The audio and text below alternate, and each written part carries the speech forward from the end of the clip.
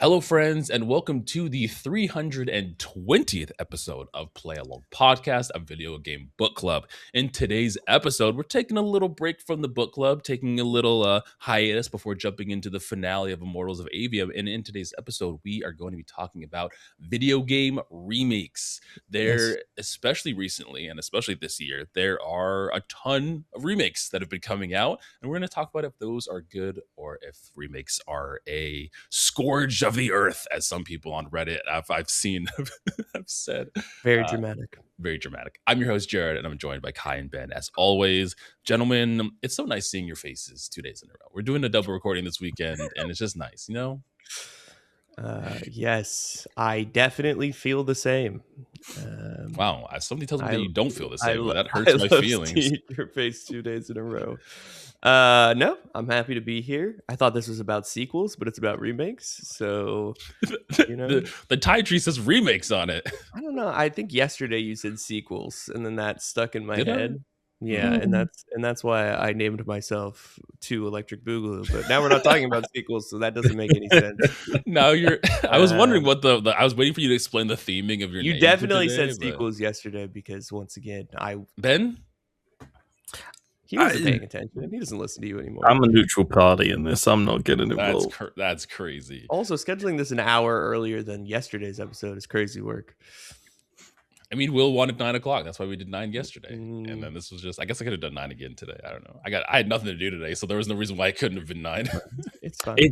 I don't remember discussion of sequels, but that doesn't also mean much because my memory is pretty shit. So. Sometimes sequels get remade, and we'll probably talk about those today. That's true. So there you go. Electric Boogaloo. You guys are doing good. You guys are doing great. Yeah, I'm doing good, man. Not much has changed. Yeah, the last 18 hours. Yeah. I got my hair cut. I got my hair braided, which was not the case yesterday. Oh, yeah. That's true. It's looking nice, looking fresh. Nice. I got like a little, like a braided ponytail going on. A little rat tail. Little rat tail. Maybe a Jedi. Well, he was like, I told him not to put it in a bun like he usually does. So I was like, I'm gonna go to the gym. So I was like, it's also easier to like. You just want it. I just wanted to flow in the wind. It's also just easier to do like the day after because it's not like fully braided and it's like not as stiff. And I was like, actually, you know what? Yeah, put it in a bun because I'm gonna go to the gym. He's like, do you want it in a bun or I could just do it like in a braid? And I was like, put it in a braid. Give me a little like Anakin rat tail. You know, give me a little possum tail back there. Put a bead in it. I've thought about putting like beads and stuff in my braids. Yeah, the little metal clippy things they put in there. I do it. I think it'd be cool. You're I'm not going to say what I was going to say. Anyway, let's move on. Yeah, we won't keep our we won't keep our banter too long because Ben had informed me before that for some reason the beginning of our episodes is a big drop off in the beginning because I wonder. I think there's a drop off in the beginning of every podcast. That's pretty normal. Only the real ones like the shit talky banter stuff though. That's true. That's true. And you know what? If you don't like us yapping and you want to get to the meat of the episode, just skip forward because we're not going to stop. If you don't want me to call Jared a Padawan of blackness, you know. You know what's more offensive is the Padawan. Like the blackness is fine. I'd rather be a Jedi. No, you got the Padawan braid right now. The Jedi braid's long. That goes down to nipple length. Right now, you're gonna get killed by Anakin. You know, like a little pad. When you do see these unbraided, they're shoulder length now. Like that's how long my hair is braided, which is kind of crazy. That is wild. Yeah, it is wild. It is crazy. Okay, well, let's do some housekeeping before we jump into this because we actually have some other housekeeping we have to talk about other than our normal just spiel, but we'll do the normal spiel as always. I was like, I don't know how to do this anymore. Anyway, I forgot how to do this. Yes, like I said at the beginning of the episode, we are Play Along Podcast, a video game book club where we play through games in a book club format. What we usually do. How this works. Yeah, I really did. What we usually do is the three of us each take turns choosing a game. We then break that game up into sections and come together every other week to talk about each of those sections specifically. Like I said, we are in the tail end of Immortals of Avium, and next week is going to be the finale. But it is never too soon to grab the game, join the conversation, and play along with us, especially at the end, because then you have the whole series to binge through as you're playing through the game too. It's never too late. What did I say? Soon. It's never too soon. It's never too soon. It's never too late. I'm sorry. Try to guess what game we're playing next. You don't know, but it's never too soon to attempt. It's never too soon, and it's never too late. That's true. It's both of those could be true. Those could be true. Yeah, and like I said, the whole series will be out. You could binge it. Matt Storm from Fun and Games will be joining us next week to talk about the finale. I just rolled credits on it yesterday. I'm excited to talk to the boys about it because it was interesting. Things happened. You said there were some twists. There's some twists. There's some things I did not expect for sure. There are characters. Never mind. I'm just not gonna. Yeah, I won't say anything. Save your load. Y'all will finish it soon, I imagine. I put like maybe an hour after yesterday's episode, or maybe a little more than an hour into which really shows how good we are at breaking things up into equal chunks. Since yeah. I think pretty sure last week was like 5 hours of gameplay. The finale's an hour. But yeah. Well, it has like a chapter counting. It has like chapter 19 epilogue, but that's after the credits. Like, there's not even an epilogue. The epilogue is just you doing you tying up loose ends of stuff that you didn't do during the main game. Like, the chapter 9 kicks in after the credits. And I was like, I looked up if there's any story that's in the epilogue, and there's not. So I was like, so chapter 19 essentially doesn't exist. So I was like, oh, well, I try to look up as little as I can about the game when I break up the sections, which I guess shows sometimes. It shows been in how it's formatted. Because like finishing these last few chapters, you can see like the achievement on Xbox for finishing a chapter was just a normal achievement. But as we got into like chapters 13, 14 onwards, they started to become rare achievements. Yeah. I wonder why. People really fall off this game. Okay. Oh no. I mean, usually we have someone in the community who's played the game, but unfortunately in this case, Matt recommended the game he himself hadn't played before in hopes that we would prod him into playing this game and then being able to talk about it. So whatever. Them. Yeah. I also was baffled. Matt's like, I actually haven't played this, and I was like, can you put it on the list? Come on, man. But hey, that's a valid excuse. Kick up the arse to actually like. I was gonna say, if you want to give us a recommendation of a game that you have, been wanting to play but haven't, you could do that. Mm-hmm. Leave us certain recommendations on Spotify. It will be split up in the most incoherent way possible, but you can do that. You can do that. And not next series, but the series after that, Kai's next main choice, he will be choosing from the list of recommended games. So if there's a game you want us to play for the book club, make sure to let us know on social media. You can join the Discord. What's wrong, buddy? It's just so long from now, but yes. I mean, that's fair. The end of August. If you have something you'd like me to play, I will select it.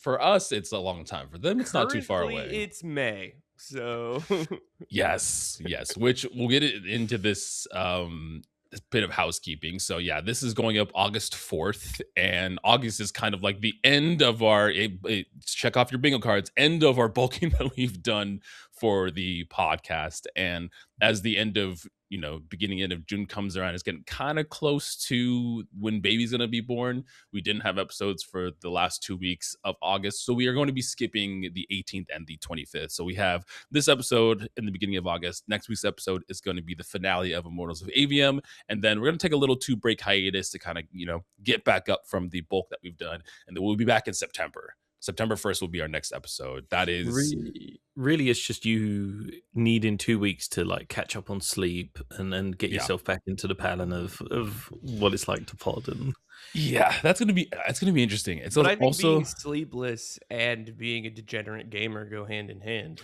Yes, so that's what I was like. I was telling you Will, be like shaking the baby, and then also don't shake your baby. You know what I mean? Rocking your baby, whatever. Shaking is the same thing. Kai will get a lot of baby practice in the coming months. Okay, he will learn not to shake the babies. I said I trusted Kai with my baby, and he said you shouldn't do that. And I said I trust you. I stand by that sentiment. I'm gonna really enter my sweaty gamer era in these in this hiatus. I already have plans of the games I'm gonna play. Now, whether I actually stick to those plans, I do want to play the new 007 game. Oh, I First Light looks so good, dude. I also want to play Subnautica 2. Mm-hmm. I need to finish. We should play that. It's co-op. We should. Well, you kind of have a baby, so it's but when I don't I'm really I'm want to start it and then I'm like, Kai, it's 3 a.m. Do you want to jump on Subnautica with me as I feed my baby? I do not. And then I have to finish Disco and We'll Follow the Light. So this is really this is my time to shine. Yes, and that first episode in September is really just going to be like we're back, how we been kind of situation before we jump into Ben's next main series, which is going to be redacted. Oh, I guess they don't know yet. Next week's episode will be announced. Yes, which we don't know either. So I mean, we do know. Well, I guess we don't know. Yeah, we know the options. We did know, and then Ben flip flopped, and now doesn't know what to pick. Ben pulled a Jared, and now we don't know what we're playing. Yeah, the problem is like you make a choice, and then you see something on your feed, and you're like, "Oh, that would be a good game to play through the podcast." It happens to the best of us. But yes, I'm still unsure if I'm going to do a full, because I usually do like a monthly schedule I post. I'm still unsure if I'm going to actually post a schedule or just, have it in the episode. But yes, these 2 episodes, taking a 2-week hiatus and then coming back in the beginning of September. As of now, that may change. I haven't had the baby yet, so I don't know the exact extents to all of that as well. So, just stay to the socials, the Discord. Definitely the Discord. I'll probably be very active in the Discord as I am sleep deprived and need community with people. I won't be recording a podcast for like 2 months, so that's gonna be weird. Not being in front of the microphone, yapping. I'm gonna sit in here and just like and record the solo content with a baby. Or something. We could just do the podcast at that point. You realize, right? You're the only one who is wanting time off, and if you're like, I'm sitting here, I'm gonna record solo pods. It's just like, just do the fucking podcast. Yeah, but if I would have done that, it would be at like weird times, like 2 a.m. and no one wants to record a podcast at 2. I mean, Ben, that's early for Ben too, so that wouldn't even work. That would work for me. 10 a.m. would work. Yeah, but not on a weekday because you got to work. I don't want to record at 2 a.m. Yes. See, no one wants to do that. Okay, well, with that all out of the way, let's get into today's episode, which the theme of today's episode is video game remakes. We're going to kind of dive into like the idea of remakes, and are they a good thing? Are they not? The weird distinction between remasters and remakes, which I think we as a community still don't have a good grasp on what it is. We have a general idea. Remakes are usually like fully ground up code is done. Remasters are like polished code, but companies for some reason don't understand that and name things remasters and name things remakes that aren't remakes, aren't remasters. So it's crazy. It's all over the place. Drag Race is happening. That's another check for your bingo cards. Jared talks about the bulk. The free squares guaranteed. I was thinking about RuPaul's Drag Race. I also was gonna say RuPaul's Drag Race. I was like, what? Drag Race is happening? Is your wife watching Drag Race? But I now understand it's the vehicles outside of your house drag racing. Understand? Yeah, no, it's a Pretty Little Liars season right now as she's going through that show again. Wow. Okay. Mm-hmm. She's almost done. She's watched like 7 seasons in like 3 time weeks. She's gone through that show, but yeah, she's one that just watches the comfort show. She just has like 10 shows on repeat that she'll just. I won't give her too much shit for it right now. She's 8.5 months pregnant, so she can watch whatever the fuck she wants. Yeah. She wants to sit in her comfy chair and watch Pretty Little Liars all day, and then that is whatever's comfortable for you. Yeah.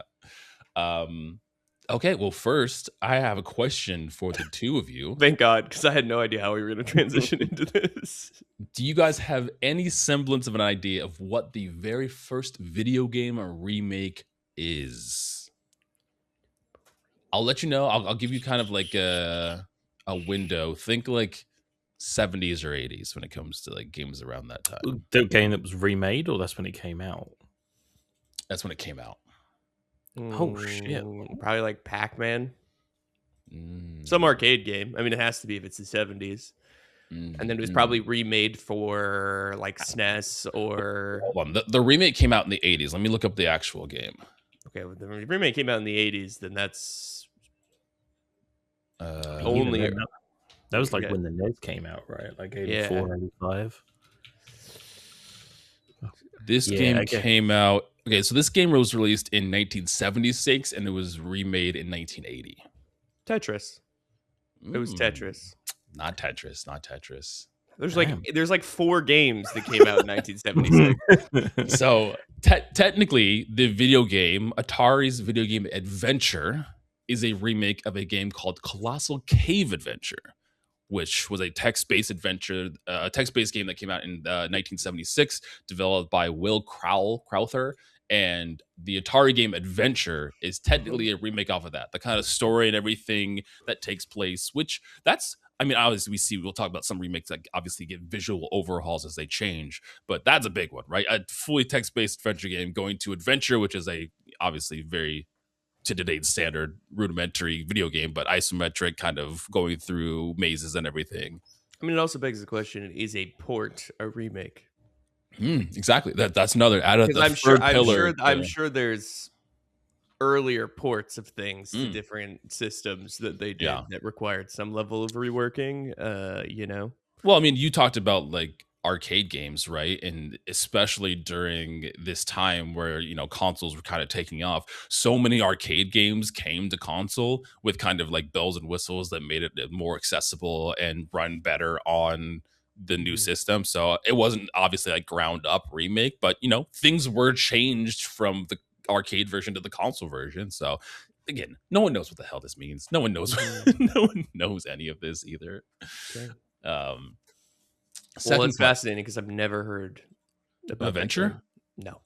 Oh, did you ever watch Ready Player One? I mean, yes, but not enough to pay attention to be like, oh, yes, this niche reference to a guy. At the time, I probably was like, I don't know what that reference means. The crux of that, like the end kind of solve the puzzle and do the challenge and win is playing through Adventure. That's like the last game. Yeah. They're like in the ice world and they're all like doing adventure, and then when they fail, they fall through the ice. That's Adventure. Okay. Yeah. Good to know. There you go. You learn something new. You get some entertainment from the boys. You get some education. That's true. Everybody very specific education. Very specific video game remake education. Question number two. Question number two is, what do you guys think is some of the best-selling video game remakes? Remakes that you think have sold the most, have made the most money? Let's Go Pikachu, Let's Go Eevee. Have to be up there, surely. They are not on there, but there is a Pokemon game. Heart Gold, Soul Silver. Nope. Think more modern. Brilliant Diamond? Yes, Brilliant Diamond and Shining Pearl are on third of this list at 15 million copies that they sold. I'm assuming one of the Resident Evil remakes.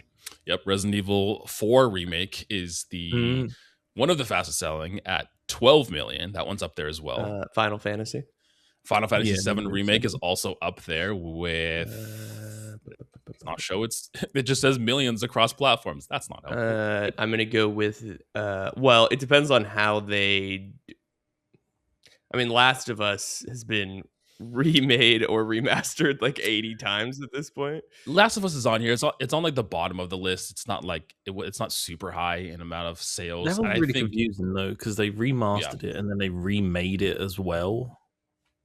Naughty Dog really needed something to keep the lights on while they were working on the spaceship game. You know what's crazy? I mean, hopefully it releases this era, but we have not had a Naughty Dog game for PS5. It's only been Last of Us remakes. That's all they've done is remakes of The Last of Us. I'm pretty sure. I imagine the game they're working on now will release on PS5. I mean, we are 6 years into this console generation, so we are the very tail end of this console generation. So PS5 and Xbox are 6 years old. Xbox is already talking about their next thing. So yeah, I don't know how.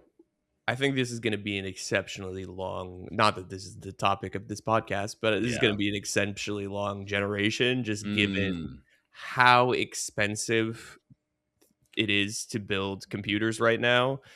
Like, look at the Steam Deck increasing its prices. Dude, the Steam Deck's price increases are fucking insane. I know it's for the OLED, so it's not. You can still get a Steam Deck for like 200 something, but the 1 terabyte OLED being $1,000 is fucking. Yeah, and that's what happens when CPU, RAM, storage all increased by like 10 times the amount. Yeah, Ben. Both the models of the OLED went up $250. That's crazy.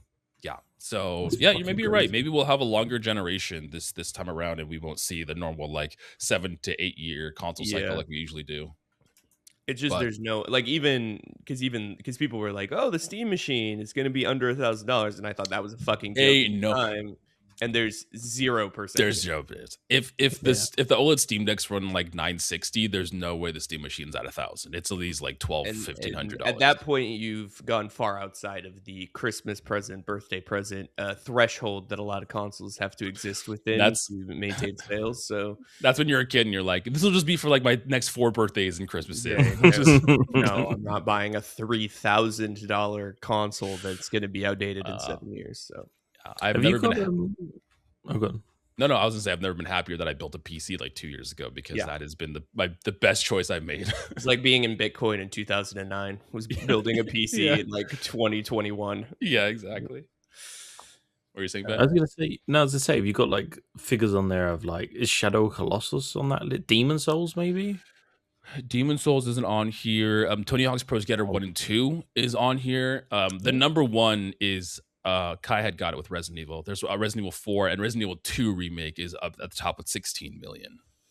Good for Resident Evil 2. Yeah. So I mean, those people love those games. People love. We'll see if they go past 4 and remake the notorious 5 and 6, which people historically hate those games. Probably not.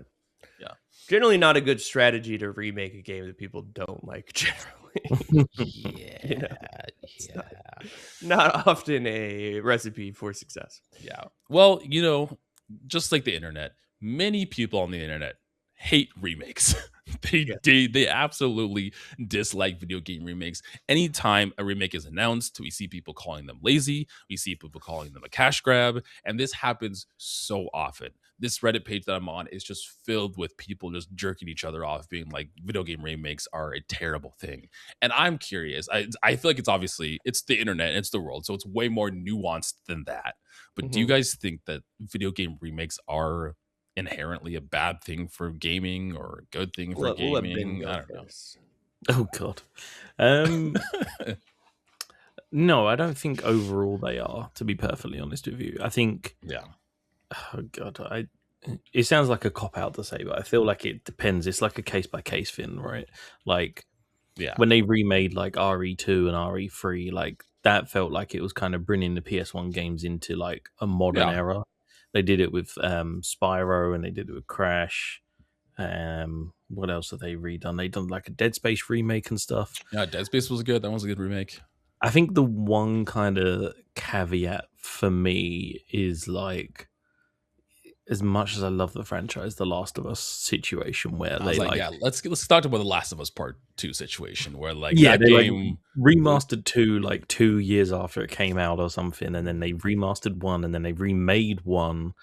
I think really, I don't think there's a one size fits all for it. I think overall, like, gaming is becoming like more and more popular, and it's kind of becoming more and more acceptable to be into games. And so I think if you're bringing an older game into the modern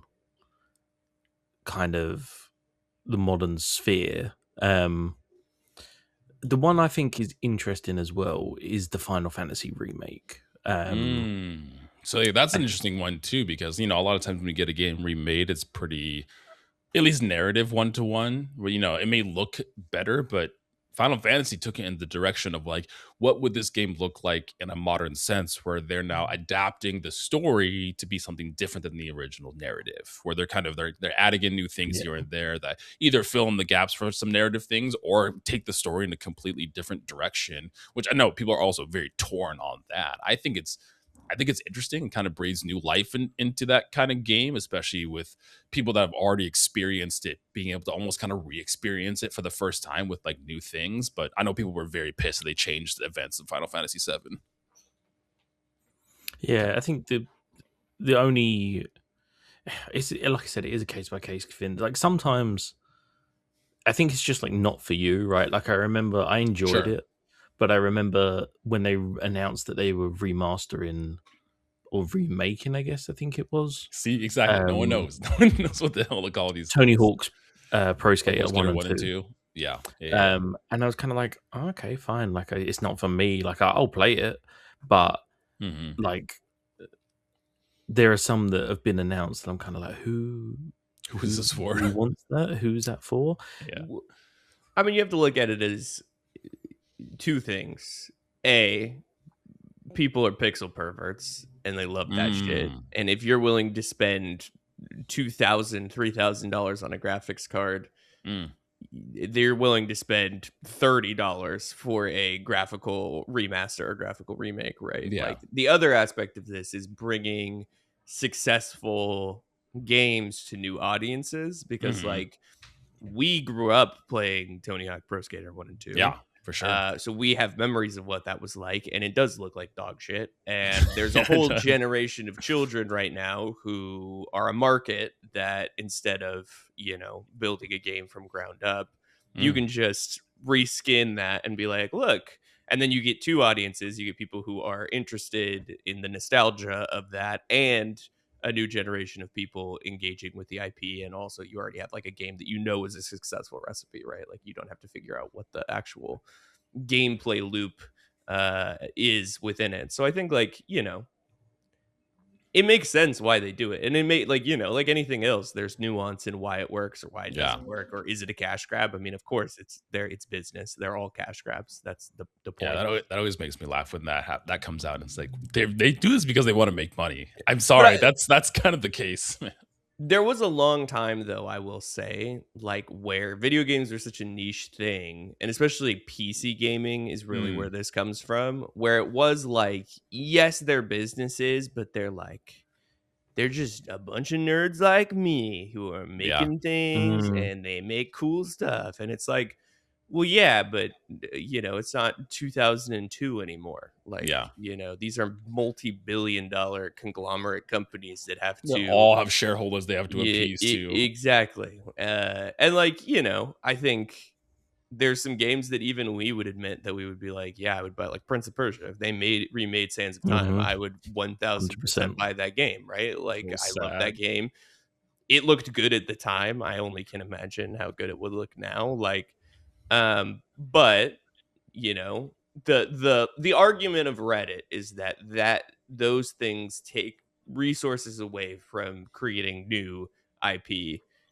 Right. It takes Mm. engineers away from and artists away from creating things that are current and modern and, big anime titty ladies, because I'm assuming the Venn diagram of Yeah. Reddit, complainers about sequels and Reddit complainers about the fact that There's a lot of woke that. is in Yeah. games, I'm sure is a 1-to-1. So Especially in the Resident Evil side of things too, when they like kind of modern up some and all those games that have female protagonists or female cast, they give them actually appropriate clothing.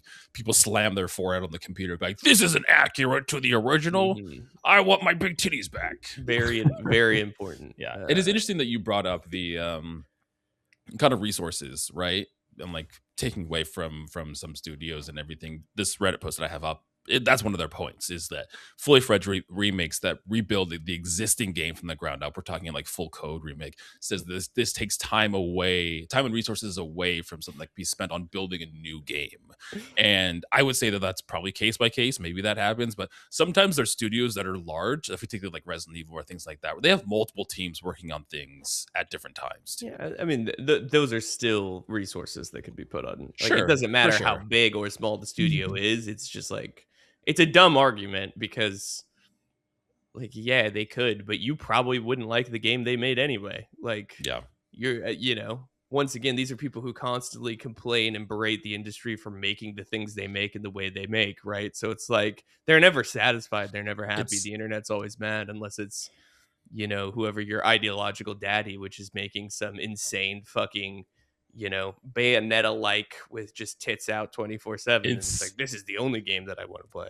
it's like the Okay. Disney movie approach. I don't like the like live action Disney stuff. I don't a lot. There's a couple good ones, but for the most part, I think they've been kind of bad. But it's in like the kind of basis of it. It's people that are like, oh, I don't like this remake. I want a new thing. And then Disney's like, here's a new thing. And they're like, we hate your new thing. And Yeah. it's like, what do you want us to do, man? They want to What do you feel want? 12 years old again, and they will never You're feel 45 years old. I and know, you're but not that's going to- that. I mean, the interesting question that I don't know, and I would want to see is there any remakes that have been so successful that they've overshadowed the original? Because like in film, the only thing I can think Yeah. of is 21 Jump Street. where like how many people actually know of the original 21 Jump Street versus the Channing Tatum versions of it. Yeah, I kind of had an example, but I don't think it overshadows. I think, in my opinion, I always recommend the remake first. But my first thought went to Ocarina of Time.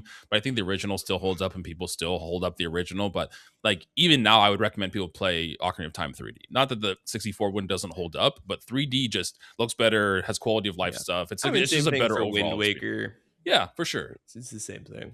I mean, you touched on kind of like this idea of, sometimes a remake could be trying to fuel the fire of these older gamers that played the original. Do you both have a game that you cherished as a child that you played the remake that did that? I mean, I don't want to kind of speak for your choice for you, Kai, but like we both love Emerald. And I don't know if Pokemon Omega Ruby and Sapphire did that for you. Yeah, No, exactly. but that's like, and that's the thing is like, it depends on the game, right? And a lot of it is Sure. like quality of life graphical improvements, and Pokemon is Pokemon. I can Mm, play fucking, Yellow, and it's still essentially the exact same gameplay loop that the first like 20 entries into the mm. franchise had. It's like it's just a little uglier, which is fine. Like I don't like that doesn't I would say like the Ratchet and Clank Oh, yeah. When we played through that, like that remake. remake of the first, like that definitely was like, Mm. oh, this is cool because like I remember these things, but this doesn't look like dog shit and it isn't impossible to this, play. this looks pretty now. So like stuff like that where I'm like, yeah, like I like and look, I Yeah. played it and bought it and enjoyed it. Like, don't get me wrong. But yeah, outside of Yeah. that, I can't think of any that I'm like, Like off the top of your head. Like Ben, I don't know if you played did you play the remake of Snake Eater? Medical Child No, I 3? never played Snake Okay. Eater. That's what my examples in because I was curious if that did something with you. But I don't know. Do you have any like examples off the top of your head of remakes that either like you thought were going to kind of live up to that hype of that old game or actually did like do I something mean, for you? the Crash Insane trilogy did Oh yeah. like Yeah. 100%. And I think the thing with that was like they kind of kept the difficulty of the original Crash games because I That think that's game was something that so most hard. like a lot of people forget how hard the Crash games are. But they kind of kept it with that, and I think as well. For me personally, I didn't really gel with Resident Evil 3 the first time I played it. I mean, I was a lot Mm, younger. But the RE3 remake is like fucking miles better. A lot of like quality of life stuff. It's got that new like RE engine. It looks yeah. gorgeous. Like So good. that is one I know you were saying earlier, like, oh, like that's one like if someone wanted to play one of those games, I'd say like just play the remake, Oh play yeah, the play the RE3 remake. remake or the RE3 remake. I think it depends because, like, I didn't. Did I play the remake? Of I'm trying to think. Shadow of the Colossus. I'm trying to think if I played the remaster of that. we did. Oh wait, actually we did. I don't know if you did. I know we I played think the I played the PS4 original. I version. think I like emulated the original. But yeah, I mean, from what I've been told, that is one that's like has a good quality of life change to it, and Yeah. and The stuff like other that. the other I'm trying to think of an example for me, and I think Oris almost gets there. It's definitely not Emerald still, because Emerald is Emerald. But when I go into Omega Ruby and I hear that like reorchestrated version of like some of the soundtracks, I'm just like, oh, like it just like it brings me back. It brings me back to a good time. I think Caillou, like I think Ratchet and Clank's a great example because that's a game that kind of it kept a lot of the DNA. And when we were playing through that, even though we have like a new lens of playing through it, I was just like, this is fun. This is Ratchet and Clank fun, and it's just a good time. And I wish they would do that with Jack and Daxter. Get Naughty Dog, get a little team. yeah. Just a If you little wanna tiny sit team. around fucking remaking, Like Last of Us, what the hell? yeah, go remake Jack and Daxter, fuckheads. Just give me We another don't need trilogy. we don't need the third remaster of fucking Well, Last of Us 2. You was asking if there's a game that overshadows the oh yeah, the original. original. Yeah. The only one I can see that like the unanimous agreement is yes is Black Mesa, which is a Oh, Half-Life Half remake Life. Yeah. that started off as a fan project and now Valve are like this is the superior version. Like if you want to go and play it, go and play Black Mesa. Like don't play the Yeah. original Half-Life. I mean, you just brought up, I think Resident Evil 2. I haven't played the original, but I would say Resident Evil 2 remake has people probably know Resident Evil 2 more now for the remake than from playing through the original, which I know it's Mm. gonna make a lot of a lot of people angry at home, but I mean that's the case. The remake is incredibly successful. And I think I know this is something we are talking about earlier, but like getting games off of platforms they're stuck on is like a big pro Yes. for me. Like they're talking about redoing Metal Gear Solid 4. Mm, That's been stuck on the PS3 for fuck knows how long. Like unless you had a yeah. physical copy in a PS3, you couldn't play Metal Gear 4. And I think it was the same with Demon Souls. Like Demon Souls was kind of trapped on Yeah. the PS3. PS3. Was it PS3 or PS4? I think it was PS. Yeah, it's PS3. Yeah. Um, and until Blue Point kind of done their thing, and then they brought it to the PS5. And I think there's an argument made for that, where it's kind of like, and we were talking about accessibility, and yes, it is money, but also like those games, especially when it's like a console that's hard to kind of emulate. Like Yeah. emulating PS3, from what I've seen, can be a little bit dodgy It's even sometimes. hard now. Yeah, so I think something like, what's interesting, just looking through, I'm looking through like different remakes online and stuff and what's come out.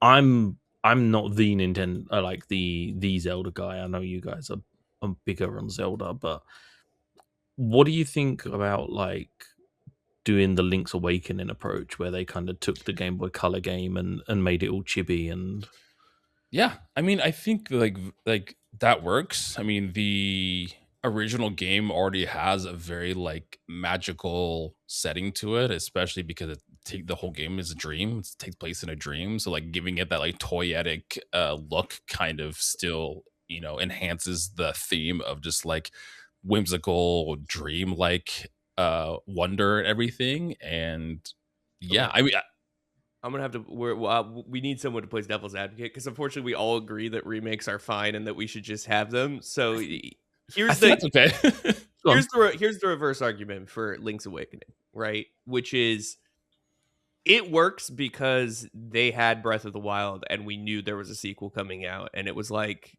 They needed time to fill. yeah, they needed time to fill. They needed something small to tackle. You can remake one of your games. It doesn't matter, right? If they were like, we have a sequel of Breath of the Wild, and it's like, but that's going to be 10 years from now because we're working on a very important thing, which is the Link's Awakening chibi remake. I think I would be like, the fuck are you doing? Like, Mm. no one asked for this. Everyone wants the other thing. No one cares. This isn't what modern Zelda is anyway. But like, so like that's the balance, right? Is like, to the point of the Last of Us argument. People are pissed about that because it's like, get another game out of the fucking, you remade the first Last of Us. Now you're remaking the second Last of Us. They remade the first Last of Us like 3 times. It dropped Exactly. on PS3. It was remastered and remade so many times. I think that's also the balance, is like, what is the context of what the company is making additionally around the things that they're remastering? A remastering should be like sprinkles or a cherry on top of the slate of content. Not your full meal. You can't rely on the remaster to be, Now that being said, there is one company that I do think desperately needs a remaster to save themselves at this moment, and that's Gearbox and Borderlands. They need to remake too, because they need to reignite the passion that people have for Borderlands, because the last two have been not as good as 2. And if you remake that in the modern engine with all of the modern conveniences of being able to play that game, also have better online experiences, that might actually get people to get back. I feel like they'd remake the original before they remade 2. Yeah, but the original is dog shit. No, I know, but I know remake 2. 2 is much better. I share that opinion with you. I just don't know if that's the direction they would go. I understand. But that would be my only argument for like when a company needs to remake a game. If you want to keep an IP alive and you've fucked up the IP now twice in a row at a massive scale where people are like, yeah, it's fine, then it's time to play the hits. Like with Last of Us, like I think remakes are good, but like it almost dilutes the game, where people are just like, the whole conversation is just about how like, why is this called a remaster on PS5? I know there's enhanced graphics and new modes, but why is it? And it's like marketing. If you just didn't call it a remake, not remaster, I think people wouldn't have issues with it. The same thing happens for, I don't know how many times it got like fully remade and more like enhancements, but Skyrim was the other like like joke example. Oh my Like how God, like yeah. Skyrim's on everything. It's on every platform. You play it on your smart fridge. There was like the meme going around of Skyrim being on everything, and that game also dropped on PS3. It had multiple versions on PS3, and subsequently in the following 10 to 15 years was on every single console going through that. And we got announcement of Elder Scrolls 6, but we have not. Skyrim is the last noted Elder Scrolls game. They just remade Oblivion. They remade Oblivion as well. Put it online. That's the upsetting thing, because if Elder Scrolls took the GTA approach, where they were like, it's coming, You get like, I mean, but like if they actually had an actual cadence and an actual release date that was not just going to get pushed every time they get near it for the last half a decade, you would feel like you're like, okay, yeah, remake Skyrim, that's cool. We're getting fucking Sky rim job and 3 years from now, like I've seen that one. Yeah, that's that. I mean, there's so many mods for that game that are fucking insane. But if you had confidence that they were actually going to get something out of the door that wasn't that, you're like, yeah, okay, cool. And that's the other thing too. It's just like, I know people were hyped for Oblivion, and again, that's another game that was just like on 360 and just does not hold up very well on 360 between its visual enhancements, and people really liked it. But again, it's just like, where's the big thing you promised us before? You keep giving us remakes of these older games, which sure, I guess you're holding this over, but you announced Elder Scrolls 6 way too soon. It's been like 10 years since they announced Elder Scrolls 6. If we get Elder Scrolls 6 and it is the most incredible gaming experience, if it is Skyrim repeated, some forgiveness. You got to fuel the fire, and if you just keep making remakes to fucking throw into the content machine, be my guest.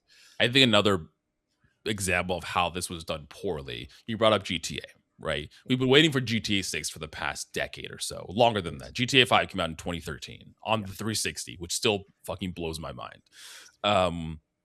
They decided to go and remake the first 3 GTA games, and those were awful.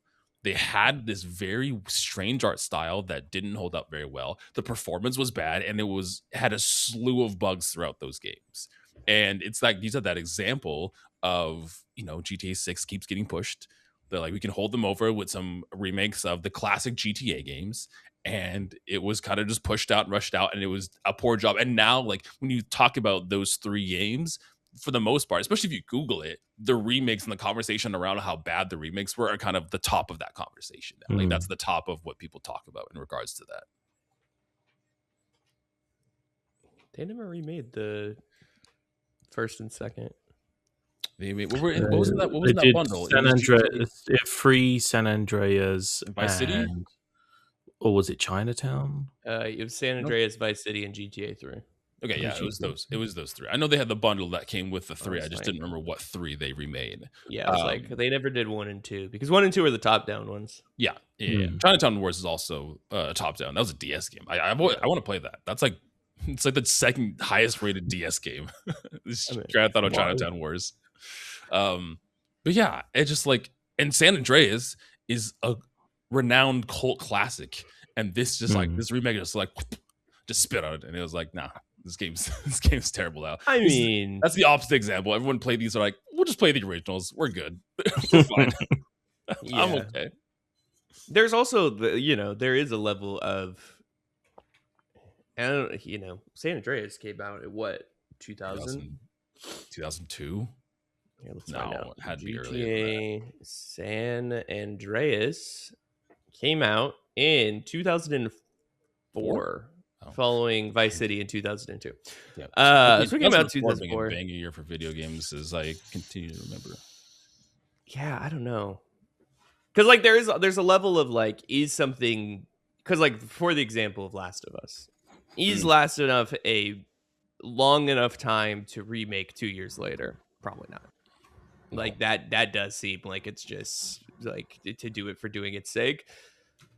San Andreas getting a remake, it is probably the most beloved Grand Theft Auto game outside of 5, and like maybe it deserved to have like an actual focused remake rather than bundling it with 3 and Vice City. But like, I can see the argument for that. Now they did it poorly, which is why it exploded in their face, because if they did it well and it was like, this is fucking GTA 5 but in San Andreas, like, I don't think people would have a problem with that. But yeah, I want to clarify that Last of Us Part 2 is remastered. It's not called remake, it's called remastered, and it came out 4 years after the original. But I don't know. It's just like, why?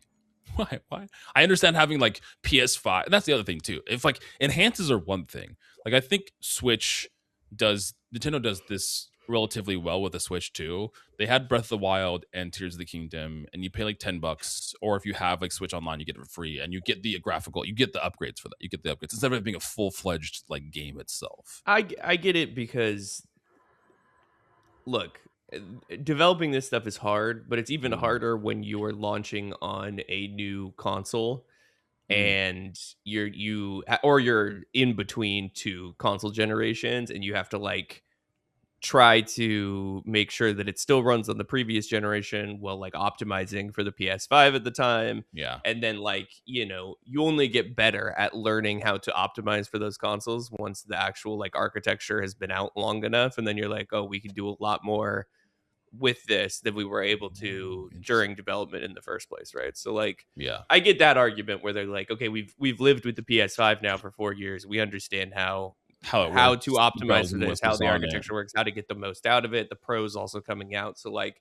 we can now. The question is, should you have to pay for that? Right? Like, if you buy the game and then they just optimize the game for the console that you already had, that you already bought, like, does it make sense to recharge, purchasers for? And I think they did. What was it? Did they do like a $30 like upgrade? Was like $30 if you had the original, or $20? I don't remember. There was like something if you had the original, then you got it at a discounted price as well. You didn't have to pay the full $70 for it. You already owned the game. You can upgrade your PS5 remastered version for just $10. Okay, so they did the same thing as well. Okay, well, which seems like the best approach, right? It's like it's essentially DLC at that point. It's like, look, we made a new pretty version of this for people who haven't played the game. Play this one. This is the pretty version. For those of you who do have the game, we'll give you the new stuff for $10. So that leads me into this other Reddit post that I have that talks about remasters, and this whole thread is people again being like, the title is "There are no good video game remakes, and they should not be made or exist." That's the title. That's the title. We love a strong opinioned king or queen or the emperor. And they make some comparisons to film, and I'm really curious of your thoughts on this Kai in film. So they say, I think remasters are unnecessary since they change nothing about the gameplay or the art direction of the game. The only change that happens is the quality of the graphics, the performance, etc. I don't see the purpose of this since the game was originally made with the limited graphic fidelity in mind and built around it. Don't know if that's necessarily the case. They're just working with whatever technology they have at the moment. They're not. If you are playing your vintage games on an actual CRT on original, and that's the only thing you do, I will listen to that argument. This guy has big. I play my games on original CRT TV. And look, then he can have that argument. The majority of people don't. So the idea that you're like, this is not how it was supposed to be. It's like, well, yeah, who fucking cares? Like, The comparison is, I see this in a similar way on how old black and white movies would not profit from adding color later on. And I don't know if that comparison is apt or if you even agree with that. Or no, I don't agree with that. I mean, if you could do that, they would do that. It's just incredibly difficult to hand paint every scene of every old movie. But like... And some old movies did get color, like Wizard of Oz had a color like remake to it, I guess. It didn't have a remake. A colored version. Yes, they very famously transitioned into color once they get into Oz in that movie. But like, I mean, there's so many things wrong with this comparison because like the people who are consuming black and white film are a very different audience. They're older.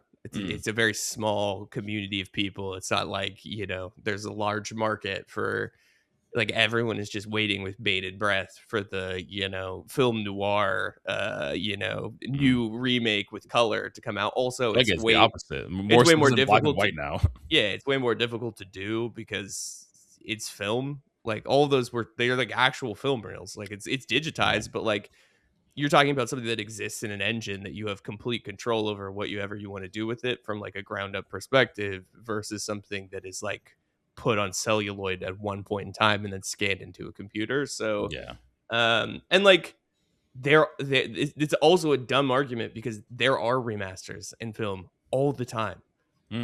There's thousands of them. They put them on fucking Blu-ray, and it's like, oh, the Blu-ray remastered director's cut super version of this IMAX fucking Dolby Audio 5.0. Yeah. People love that shit. They're like, oh yeah, this is the remastered version of, fucking Bridge Over the River Kwai, and it's like, you can't actually tell any difference, but they buy it anyway because it's like the definitive version of the thing. I bet I don't know how you feel, but just like this idea, the thing that I'm stuck on too is this idea that like these games were originally made with limited graphic fidelity in mind. And in my mind, if someone has like I'm thinking of like a retro game, like a Zelda or whatever, if they have the ability to make Zelda in like 90s look like Tears of the Kingdom, they would. They wouldn't be like, no. Let's make it look like this. They would make it look the best they possibly could. So the argument for like, oh, the graphic fidelity was in mind built around this, they only did it because that's was the limit of the fidelity at the time. If they could do better, they would have done better. Yeah, and I think that's kind of what I was listening. Like, that's what I was thinking is like, when people played Crash Bandicoot when it first came out, they probably felt like it looked as if remaster does, like, and I just think it's a weird argument to say. I think it depends on how big of a graphical jump we're talking. All right, if we're talking like fucking polygons and the straight Final Fantasy lines, VII remake had a huge jump, like like something like that to the PS5. Fair enough, but I think if you're,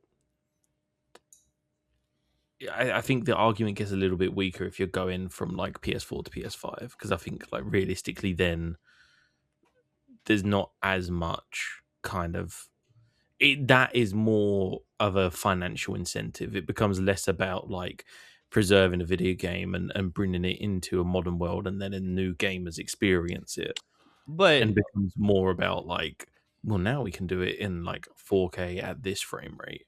Right, but like, how do you balance? Because like, to your point, like PS4 to PS5, right? Like there's the 8-year console cycle. You want to sell your games on the new version. Or do you think it's better to just, okay, we're just going to optimize for PS5, we're going to leave everything else the same, we're not going to remaster anything, we're not going to do any of the work, we're just essentially going to port it over and they can play it on the new hardware? Or does it make sense to like, all right, we're going to do a remaster version of this where we use the ability of the new hardware to kind of get a little bit more life into the because like that's what they're doing, right? They're like, they're taking the GTA 5 approach, which is like, okay, we're going to have this across like 4 console generations. How do we keep it? How do we keep it so that people actually keep buying it every time they switch a console? Because like, we obviously think of consoles as like, you own all of them up until that point, but there is a lot of people that like PS5 was their first console. So it's like, for those people, crazy. Well, for you, yes. I understand people exist and are born every day, but it blows my mind. Which I just think your daughter's first console that she actually owns is going to be like the Switch 4 or something. Exactly, like, bro. I got a Game Boy Color in my closet, dude. I'm putting her on. I'm putting her on games. She's gonna know ball. Jared's gonna raise his daughter with the same console. She's gonna be the only 1-year-old with an Xbox 360, and they're like, "What are you doing?" He's like, "My dad refuses to let me experience. I have to live the same life." But right, like that, that's the point. Is like, would you rather just port something over 1-to-1, or would you rather give a little bit of a benefit and hope that not only do the people who's buying the new console buy it, but also the people who are like upgrading or just having additional console being like, all right, well, I'll give this another go. I want to play it again anyway. Yeah, financially, it makes more sense, doesn't it, to kind of to go like sort of all in and go on the new hardware. I think. For me, and this is what I mean, is it's like a personal thing. Like for me, I don't care enough about ray tracing to buy the PS5 updated port of a PS4 game. I think you get into a different conversation when, like when they do things like they remaster a game and include previously like stuff that was previously DLC, content? Like stuff like that, or new content or something like that. Like, those kind of remastered collections where it's like we've accumulated all of the DLC and you get the game and all the DLC and it's remastered. And I feel like that's kind of it makes financial sense from a business standpoint. I think this is purely just me personally as a gamer. Like, I don't care enough about graphical fidelity. Well, and I mean, this is just like for me too. Most of the games like that I'm buying, I'm already like most of the time convinced I'm gonna buy it. Like any remake that I buy is just like, oh yeah, I'm buying. Like the one I think about is Paper Mario Thousand Year Door that came to the Switch. That's a good example of like that game was only on GameCube. You only can play it on GameCube. It's very expensive on GameCube if you wanted to play it. And now there's a more accessible version that you can play with a lot of bells and whistles for the Nintendo Switch, which is nice. I'm someone that I didn't pay for them because I have Switch Online, but Breath of the Wild and Tears of the Kingdom running at 60 FPS is just like chef's kiss. It's so nice. Again, I didn't pay for it. It's enough for you to have paid like £15 to like $15 to upgrade it. He absolutely would. I would. He's a very specific guy. I definitely would have, but I have Switch Online, so like I technically pay for it. I pay the $70 a year or whatever for Switch Online. Yeah, I mean, yes. To that point, like ultimately, the reality with graphics is that the curve of graphical improvement is leveling out at this point.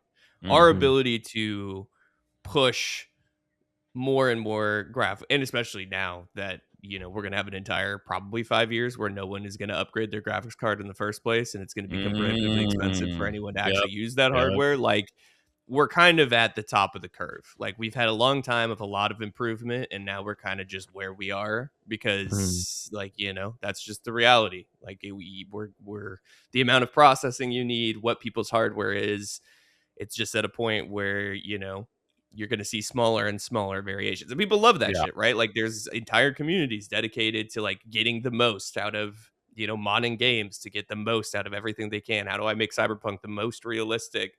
How do I this is a thing for people, and there's obviously a market for it, but also in general, like, this will probably continue with less and less difference between the original and the remaster, just because they're like, it's all going to be just performance efficiency rather than it is like graphical, like oh my god, this looks so different, right? It's like it won't look super different.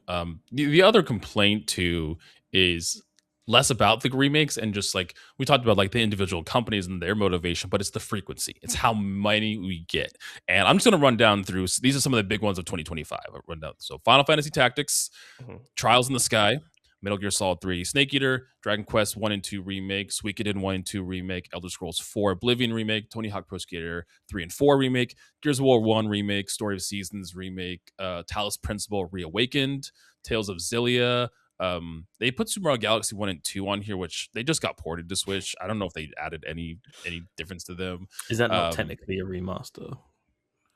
But there's not even graphical like upgrades. Well, there might have been, because that Wii version is kind of rough looking back at the original Wii. And then to this year, where we have, these are games that either have come out or are coming out. Gothic 1, Star Fox recently got remade. That is the original Star Fox 64 game remade. Trials of the Sky 2, Danganronpa 2, I guess, is getting a remake this year, which is crazy. Gungrave Gore, Halo, we're getting the Halo 1 remake this year. Tomb Raider's getting a remake this year. I don't remember if it was canceled or brought back, but the Knights of the Old Republic, I remember it got canceled and then it came back. I don't remember if it's still there. Apparently it's alive and well. I believe we're looking at the same Game Informer list. Oh yeah, I am. Max Payne 1 and 2, Persona 4, the original Silent Hill, Splinter Cell, The Witcher 1 is getting a remake, God of War trilogy is being remade, and these are all games that are apparently coming out this year and the subsequent years. So I think a lot of people's problem too is the amount of it versus the original ones that were or new IP. Here's the crazy thing though, right? Like, you could just not buy these. Yeah, I know. Like, you don't have to buy the God of War trilogy remake if you're not into that. What they're going for, like what Santa Monica are trying to do, is they're trying to capitalize on the popularity of the reboot and Ragnarok. Yeah. And bring these games that weren't previously available to the new audience who have found them on the PS5. Same as like The Witcher, like the Netflix series, especially Witcher 1. Like Witcher 1 that. Is like a PC game. Like, that game is old. There's a couple things happening here. They're doing this because obviously it works. Not all of these companies are like, this is awesome. We can put in way less effort. There's a built-in audience. People are going to buy it. People love these games. They want the newest version. The other thing is that the expectation of content and how quickly content is available is significantly increasing at a rate that is hard to keep up with, right? And you see this through like the fucking Ezio, what are those games called? Assassin's Creed, where that's they made remade. The Black Flag's being remade in July. That remake right, comes out in but July. what I'm saying is like they made one of those every year and a half, and it suffered for it because they just tried to get everything up to a content cycle. So if you're looking as you're a company, you're like, okay, we have to have something releasing every year. We can either try to make a shitty game really quickly, or we can take an already successful IP, reskin it, and resell it to buy us some time between like tentpole releases. You're of course going to do that because it's a way safer bet and it's way easier to do. It's like you already have all of the component parts. You just have to do some of the like reworking and optimization stuff. So it's like, I get it. Like, I get why they're doing it. And also, if people didn't buy them, they wouldn't keep doing it. But clearly, people are fucking buying them. So it's like, if you're mad at anyone, be mad at your own community for buying this shit. And like, you know, like I'm definitely not buying them. I can tell you that. You want to look at my Steam library? There's none of that goddamn shit in there. I don't fucking care. It's like it's all indie games from weird, very specific developers or stuff we play for the podcast. So it's like, you know, there's clearly a large majority of people who are like, "Oh yeah, I want to play Knights of the Old Republic at 4K 60." Like, it's like, okay, why? For what reason? I don't understand. But you know, that doesn't mean it's not an audience. I'm trying to see, because you brought up indie games. I'm trying to see if there's any notable remakes of indie games. I guess Binding of Isaac, Yooka-Laylee just got I guess it's a remake. Yooka-Laylee is barely an indie game. It's a team that made a AAA game for a massive studio that then left because no one wanted Banjo-Kazooie anymore. They were like, okay, we have to make something else. Semantics aside, it is an independent studio. So. Yeah, but what I'm saying, like, I mean, if you look at the most successful indie games of all time, it doesn't really make sense to remake them or remaster them because generally they already were graphically limited for the time anyway. Like, they weren't pushing envelopes. So it's like no one plays What Remains of Edith Finch for the graphical fidelity. Like, I think if anything, like Ben said, they would be like, my first thought would be like Shovel Knight. And like, what are they going to do with Shovel Knight? And it's just like, if they had it on a newer console, like if they had a Switch 2 version that came, they already have a Switch 1 version that comes with all the DLC, but like that, where it's like, here's the remake, or here's the game on a new console, has all the DLC for it, have fun. I mean, another big one is, I've never played it personally, but System Shock. I saw System Shock floating around. Is like a sci-fi shooter that's got like a real cult following. It's like a BioShock predecessor. Yeah, but like, from what I've seen, like everyone who loved that game growing up is like, fuck yes, like give me more of that. Like 100%, I want that. I mean, the other thing you have to realize is indie games have a way longer support cycle than a lot of AAA games. Like you said, Long Dark is a perfect example of this. They just completely redid the graphics for Long Dark. Yeah. They didn't do it as, oh, this is a remastering of The Long Dark, because that game is still in support 7 years after it came out. So it's like, oh, we're just updating it and you get new graphics. But thank you for being part of this community and playing this game. Like there's a much different financial incentivization when you're a tiny indie studio of like 11 people versus when you're a multi-billion conglomerate with 10,000 global employees, right? It's like you're like, oh, we're just gonna, like, the same thing for fucking Hello Games and No Man's Sky, right? Where it's like, clearly they could have pulled an Overwatch and been like, No Man's Sky 2 at some point in time with all the features that they've released. Or like Destiny. Like Destiny is similar, like live service game. But they've decided, like, no, we're just going to keep releasing content for it. We're going to keep updating it and giving people stuff for free. And honestly, it's what has allowed that game to continue to be successful, because despite its rocky start, their continued dedication to giving new content, to making it better, to optimizing, has led people to keep playing that game over, That's an interesting approach too, because we talk about how obviously like games and stuck in the like content cycle and pushing stuff out. Like No Man's Sky launched on PS4 and everything, and has subsequently been supporting that game over the last like 12 years.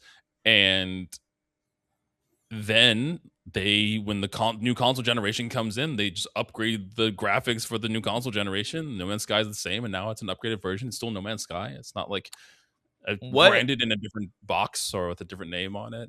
everyone should take the Halo approach to remastering and remakes, which is give me the ability to see the original graphics, Ooh, and then the upgraded give me the ones? ability to see the upgrades. You have a live And in because your, the thing oh is- shit. Yeah, because the thing is, in our mind palace, this happens Yeah. a lot, where I remember a game looking so much better than it does, and then I Yep. play it, and I'm like, this is fucking horrifying. So if I can just be like, I'm gonna fucking play with this remastered version, and you log in, and you're like, oh my god, and then you're like, oh, this is so much better. They did a lot of work, because I think that's also it for they're like, it's just a money grab, because in their mind it looks the same. But Lazy. It doesn't look the same. It never looks the same. It never looks the same. Honestly, and it's just fun. Having it like a one button like toggle is, I don't know how It's a complicated novelty. that is in like on the back end when you're creating games, but it's fun. It's fun to just like tap it and like switch it every now and then. Yeah, that Master Chief collection was brilliant, because it was like, oh shit, all right, wow. Well, it was interesting with Halo too, because terrible. Halo also, not Halo 2, but they went through their first like, I don't know, like 7 games and then kind of remade, not even remade. Well, I don't know if they got any graphical upgrades in the Master Chief collection. The only one I know of is Halo 2. Halo 2 got full cutscene like Has remakes. there ever been a Call of Duty remake? I mean, kind of. Modern Warfare 2, Modern Warfare and Yeah. Modern Warfare 2 2019 and 2021 both were like technically those games in Yeah, there's a it Call had, of Duty Modern Warfare remastered. yeah, but those games took the Final Fantasy VII approach, where the story isn't actually the same story from Modern Warfare. They've kind of tweaked it into being something a little different from the original. So kind of, and when I was looking at lists, they brought up things like Battlefield, because sometimes, and a lot of these shooters, sometimes, and especially Call of Duty, they will bring back old maps, and the maps will be in like sure, the full game isn't remade, but like, oh, here's a map from here's like 6 maps from Black Ops 1. Here's Nuketown, exactly, and it's like in our new style, in our new theming, whatever the theme is going to be. Like they just announced Modern Warfare 4, and they've already talked about how a lot of the Modern Warfare maps, old maps, are coming to that game as well. I feel like Activision ripe for this is the Modern Warfare 2 remake. This is the they know their Black Ops 3 remake. They know their audience. They're sweaty nerds that just will buy the game regardless of what it is every year, which is fine. You know, if you like Call of Duty, pop off. I do. I do too. Our homie I do too. Chayton's excited about this one, and he works hard on his games. So he does. I was like, I'm looking forward to it. Yeah, I'm looking forward to playing Modern Warfare 4. Yeah, video game remakes are good. I think they're good. You need to stop complaining. Just don't buy them. You don't need to. It's not taking anything away. I mean, I guess you could say, buy them and don't complain. Like that's my thing. Yeah, buy them and shut up. It's like shut up and don't buy them and ignore them. Everyone's life would be innumerably better if people just learned to ignore things.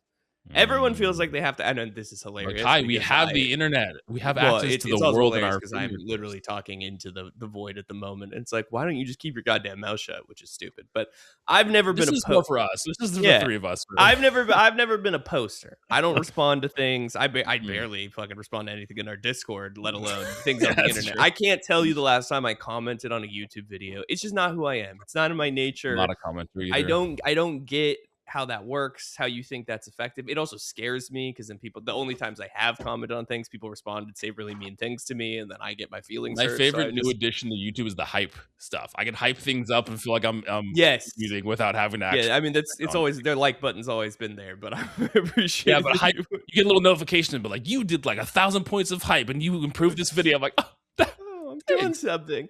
You might be the only person who likes that feature, by the way. YouTube. But that being said, like we would all be so much better if we just learned to be like, you know what, that's for someone. It's not for me. I'm gonna focus on the things for me. Yeah, I'm gonna go play, Rust for the next 12 hours and whatever sweaty fucking Redditors play. Yeah, Factorio for the next 10 years. Yeah.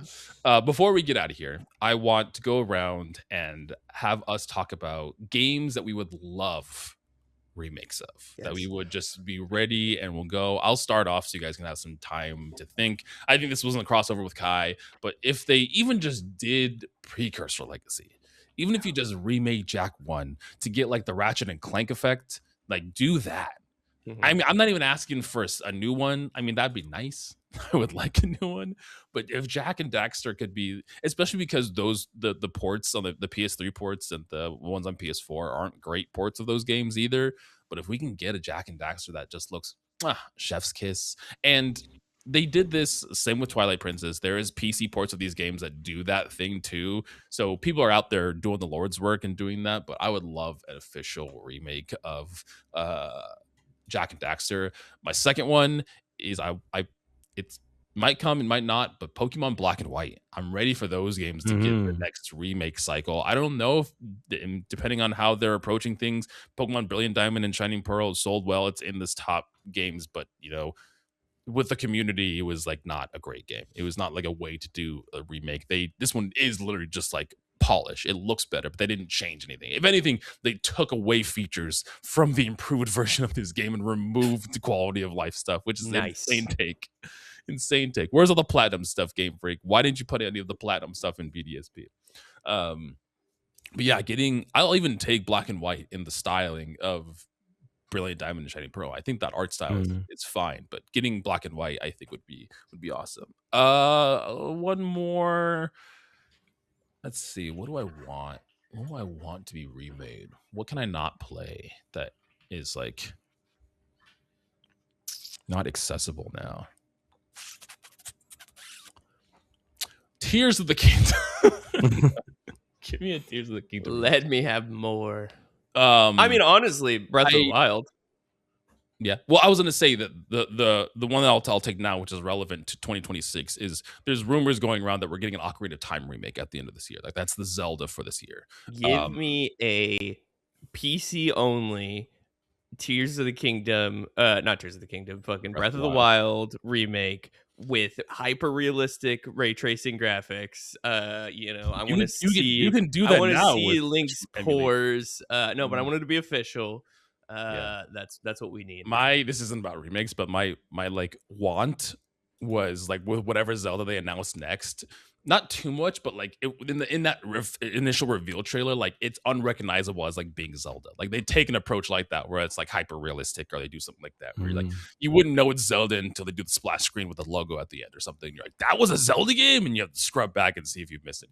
Yeah, Ocarina of Time. I'll take Ocarina of Time. It seems the rumor is that they might do a Final Fantasy approach where they're going to be maybe changing narrative stuff that happens within that game. Again, just a rumor. I love Ocarina of Time. Getting Ocarina of Time with maybe even like a Breath of the Wild style kind of exploration and gameplay would be cool. It would be cool to kind of explore that world in a larger version with those kind of gameplay things. But yeah, those are the games I would want remade, and I would play them and happily pay $60 for them. Wow. not even keeping up with modern pricing. No, digital games are cheaper now. Nintendo's made digital games cheaper, so I'm just gonna buy everything digital at this point. Kai, what about you? What games do you want to remade? I've already mentioned it, but Borderlands 2 needs to be remade. That would be lovely. I mean, the problem is like the Jak and Daxter games, that would be lovely. I really like the PS2 Silent Hill game. I think it is getting remade though. It did get remade. Get remade. See, once again, it's like, am I gonna play not Silent Hill 2, the first Silent Hill? Yeah, no, Silent Hill 2. Did 2 not get a remake? 2, no, that's what I was saying. 2 got a remake, and then they're remaking the first one now.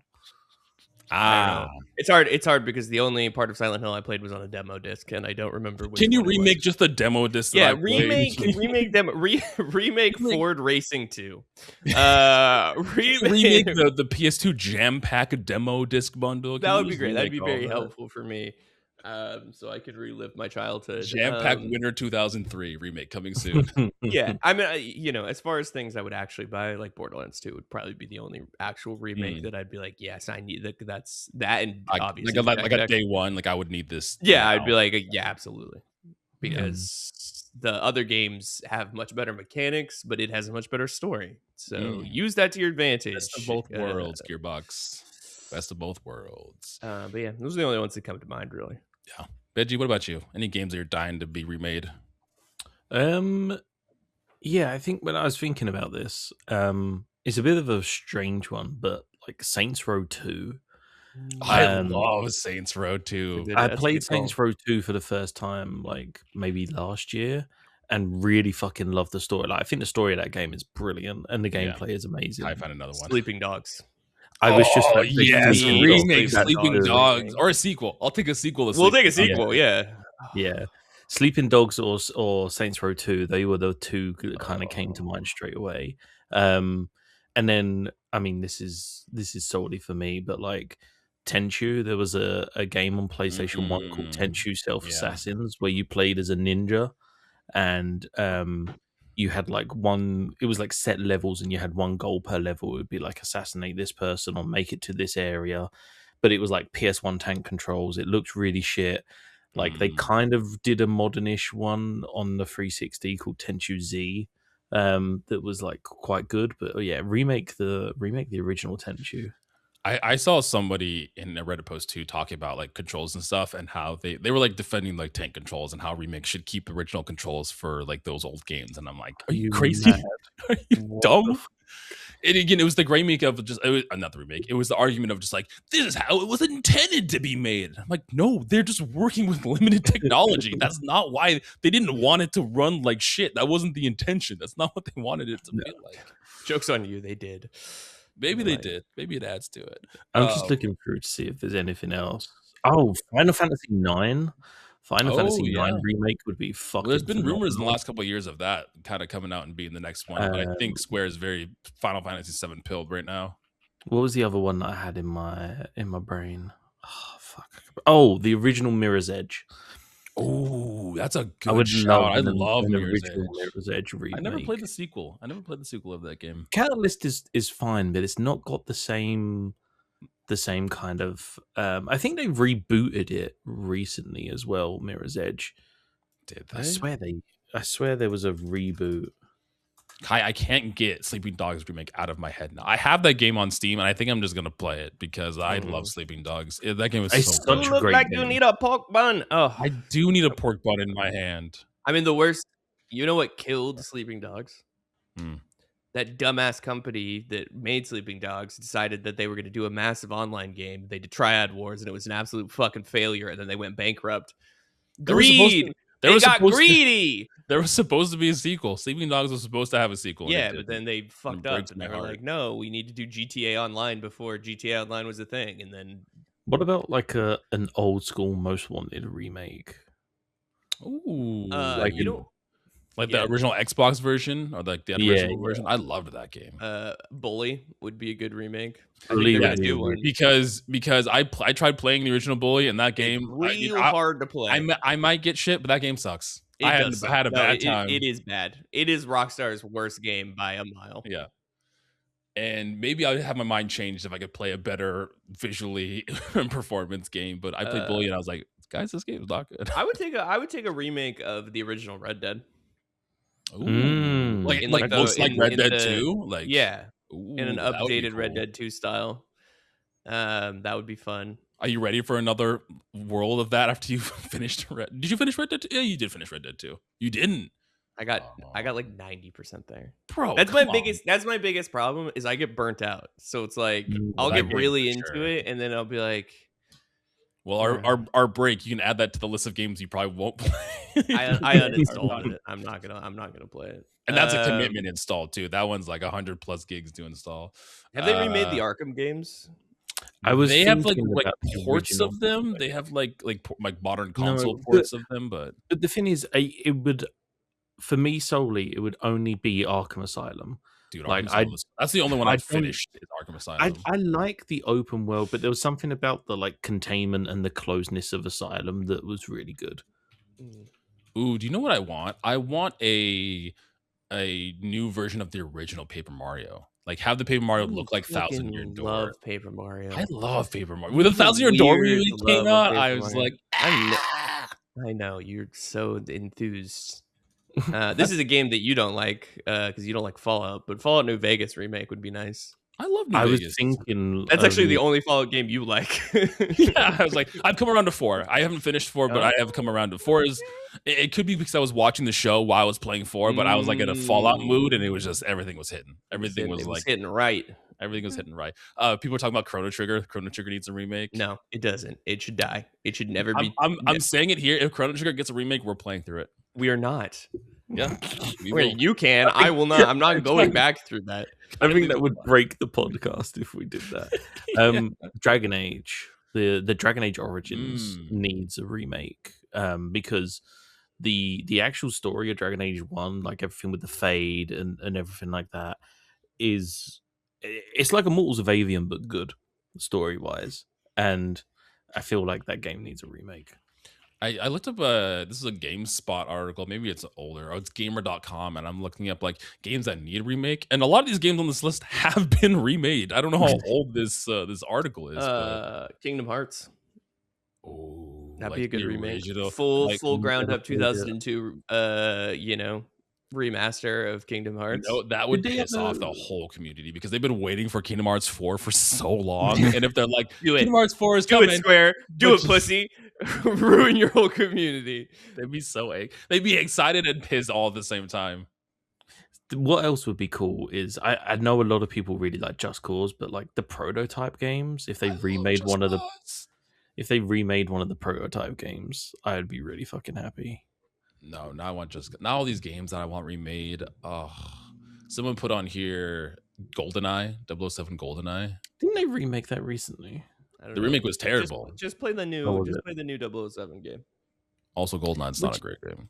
Are people mad? I'm not in the. Light isn't apparently that great. First Light? I've heard amazing things about it. I've heard it's really good. All I've seen is people complaining about glitches and bugs. You know what? There's one thing that pisses me off. You know, we're like at the end of this episode, but I'm gonna kick it back up again. Welcome to Jared's really pedestal. Grinds my gears. It really grinds my gears. There's like a theme on like Instagram and TikTok and this started with what's the oh god, hold on. The game they just remade about 3 teenagers living their summer life. It takes place in the 80s. Mixtape. Okay. There's a conversation about games that play themselves, where either you're just like watching cutscenes most of the time, and they're playing 007 First Light, and there's like a driving section, and he's clearly holding down the trigger, so it's not playing himself, but he's like bumping into walls, but it's still like going down the path, and it's going through the obviously linear path. But it was like, oh, games just play themselves. This game sucks because I don't have to do anything. It just plays itself. And I'm just like, first of all, if you didn't hold the trigger down, your game wouldn't move. So that obviously doesn't work. And games like Mixtape that are kind of like a experience, it's there's not a lot of gameplay. Some games, like what Kai was saying, it's just like some games aren't, and not every video game is for you. Okay. And that's okay. And that's fine. Games can be just experienced. They don't have to have complicated buttons or combinations. Most of them aren't for you. Most of them aren't for you. Most video games are not for you, and that's fine. That's okay. There's actually one game that's just come to mind. It's a bit of a random call out for me, but I know Ellie loves it, and I really enjoyed playing them on the 3DS. The Cooking Mama games. I know they like tried to do it for the Switch, but the Cooking Mama games on the 3DS was something different. I don't know how you would remake that for a modern console, but those are wild games. Those are an era when they're like girl games were like, let's cook, let's be a parent, let's take care of the household. And I'm like, these are I was going back because I've been playing a lot of 3DS, so I've been looking at like 3DS and DS games to put on my DS as I've been playing through like Conquest. So many of those games are on the DS era. So many of them. It's crazy. Like, this is insane. Okay. Well, do you guys have any other remakes that you're wanting to put out in the universe before obviously the universe listens to our podcast specifically. So if you want anything, now is your chance to. No, I mean, I wouldn't be mad if somebody wanted to like remake the first Metal Gear and like make it a little bit less misogynistic and give Metal Gear Solid or the first Metal Gear.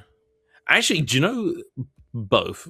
But if I had to pick one, the first Metal Gear games, because I don't know if anyone's recently tried to play Metal Gear, but Metal Gear 1 and Metal Gear 2 are fucking impossible to play. This game looks awful. This game doesn't look good. Yes, I think they should do a Metal Gear Solid remake.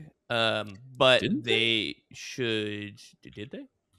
No, they remade 3. They've remastered it a lot. It's been If they had the original look like the remake of Snake Eater, that would be cool. Yes.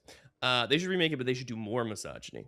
More misogyny, double down. Yes. Metal Gear Solid. Like, I mean, in this era of fucking mocking and bros, it would be right up the alley. Everyone has tits. Snake has tits. Honestly, all the enemies. that's Fucking what Revolver Ocelot has tits. Everyone's got tits. You're now and no one has any clothes on.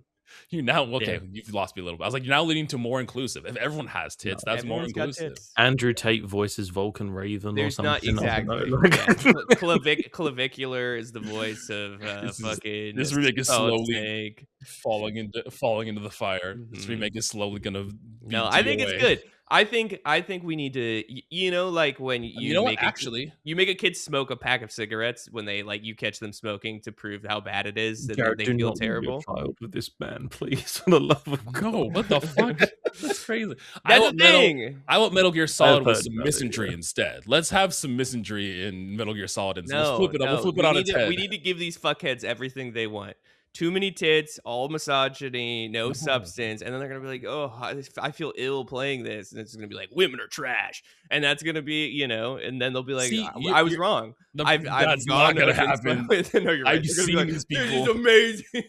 Exactly. Absolute cinema. I've watched Clavicular smash a hammer into his face. Okay, he is not thinking cognitively about these things. Yeah. It's not about Clavicular. It's about Clavicular's audience and how do we get them away from the dark side. And I do think the cigarette approach might work if we give them, too much. My steak's too juicy. My steak is too buttery. You want to smoke a cigarette? Oh, here's a whole pack of cigarettes. That Family Guy episode where he gives Chris the whole pack. Thanks. Yeah. Okay, well, that's a good enough place to end to wrap it up right there. Everybody, thanks for listening. Thanks for getting to the end of the episode. As always, as I said in the beginning of the episode, next week is going to be our finale of Immortals of Avium. Matt Storm again from Fun Games is going to be joining us to talk about that. We're going to be wrapping up the final chapters of the game, giving our overall review, and Ben will be teeing us up to what we're going to be playing next, which is very exciting. Also, remember, we're taking a 2-week break, so the rest of August, we won't have any episodes. We will be back, in theory, on September 1st. Mm-hmm. Stay tuned again to the socials and Discord to see if any of that changes. But the plan is right now to be back around that time. So we'll have an episode, a kind of little break episode before the full book club game. We'll just talk about kind of where we've been, because when you guys hear that episode, we haven't recorded in 2 months. So we'll have a lot of we're still going to talk to each other at that time, but we'll have a lot of catching up with the audience and ourselves in that time. So look forward to that. I may not well see Jared's face for 2 months. I know, that's crazy. No, he's gonna. Are you kidding me? He's gonna share 1 million selfies with his new baby. You'll see. You're gonna get a lot of photos. Big scale dad energy for sure. Did I show you the picture? We got like a baby Bjorn chest thing, and for one, what the fuck is a baby Bjorn chest? It's like a where you put the baby on your chest. Yeah. Oh, okay. Yeah. Okay. But for one, it's so complicated. It was much more complicated than I thought it was. Is it like a wrap one, or is it like? Yeah, it has like 16 arms that you gotta go around. But anyways, I was trying to practice with it, and I put Boomy in it, and she was not happy. She was not a fan of being inside of the baby carrier. No. She was not a big fan. But yeah, cats and baby stuff aside, that is all we have for this episode. We love you all. Thanks for the support, and we will see you next week. Peace out, everybody. Bye. Bye. Can we remake your buy? Can I get a remade version of your buy? Yeah, I said remade, not reversed. I don't know how to do anything.